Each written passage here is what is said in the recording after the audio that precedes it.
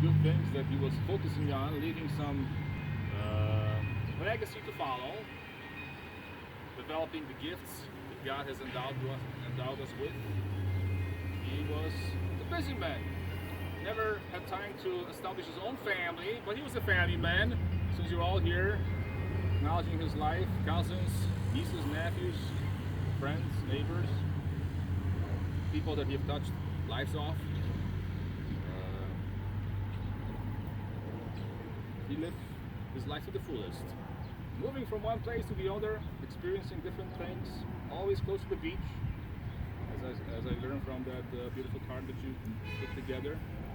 I'm sure he appreciated the beauty of the world that he was pondering upon and trying to learn all the secrets that God instilled in this world for us to discover and figure it out how this world works. You're all here because somehow your life has crossed the path with your life. Maybe for a longer time, maybe for a short period of time. You got to know him more than I have done because I never had a chance to meet him personally. I got to know him a little bit through the discussion I had prior to the service. But I want to hear from you. I want you to describe Gene with one word that comes to your mind.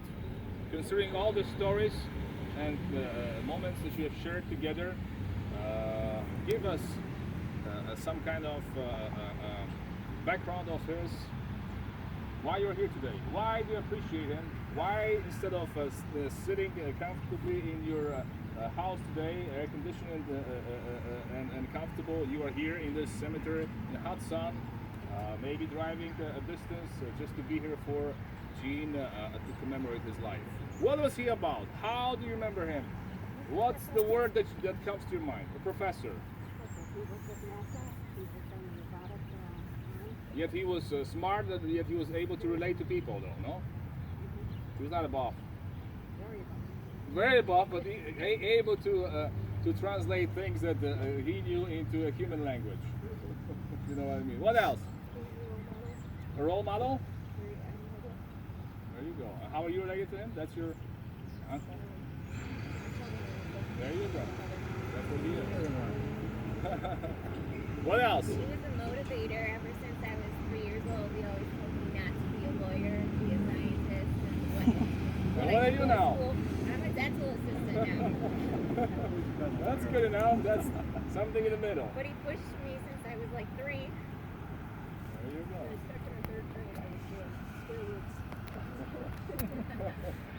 What else?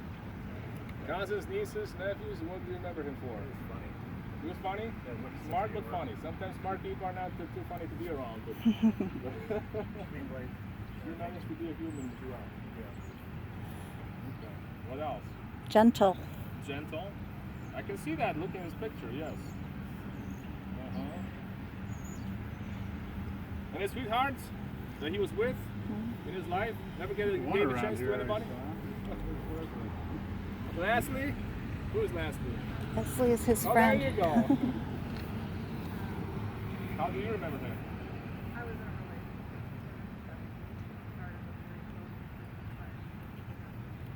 That's probably the sweetheart. Storyteller.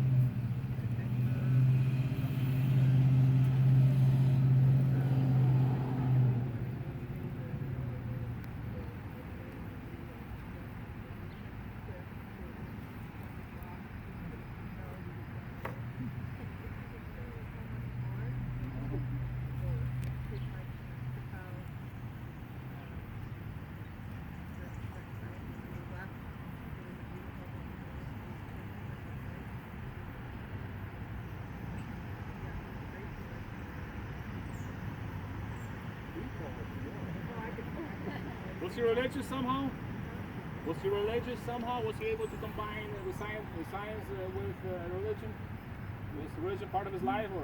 Religion was not part of his life. I had no idea he was Catholic. There you go. He was. I'm not Catholic. He believed in God, though. He told me that. About God and spirituality, but he never said So he was somehow he believed, but he was not. He didn't practice his religion in a formal way. I can imagine. I was born in '70s.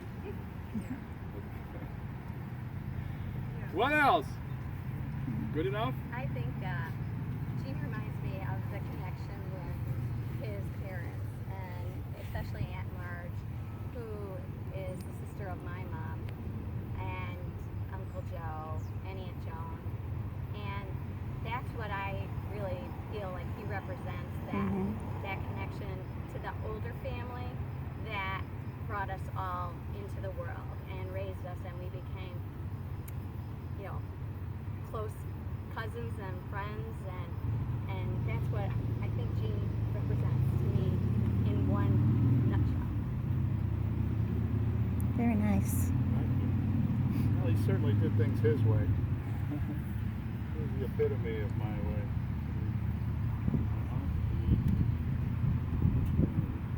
He lived where he wanted to live. He did what he wanted to do. And figuring things out all along. It was a horrible accident that took him, really. You know what happened? It was a car accident. He was riding, or somebody hit him? He was a passenger. He got up 5 o'clock in the morning to go to the airport in Florida, and his landlord drove him, said, "I'll drive you to the airport." And they were on their way to the airport, and a pickup truck came out of nowhere and T-boned the car, totaled the car. I don't know what happened to the driver. He may have been killed. Gene was critically injured. Never recovered. He broke his head open. He actually lost some gray matter, and he was never the same after that. He lived probably 4 or 5 years after that, after the accident. But never recovered his abilities. Not really, not 100%. No. He was at that point. He was still a professor of mechanical engineering. Kinesiology was his specialist and specialty. And he was going to be a visiting professor out at one of the universities in Oregon that fall. And I think he was actually flying there to, just to wrap it up, the commitment. And he had a car accident. And that was in Florida.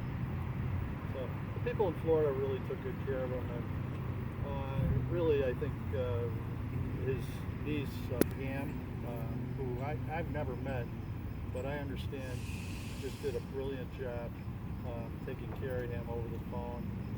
She lives in Texas. She was his sister's daughter, and doesn't have much, but she made Gene's welfare like a crusade. And maybe somebody else knows more about it. Judy probably does. Basically what you said. Yeah, she covered every aspect of his care, even when it was out of her pocket.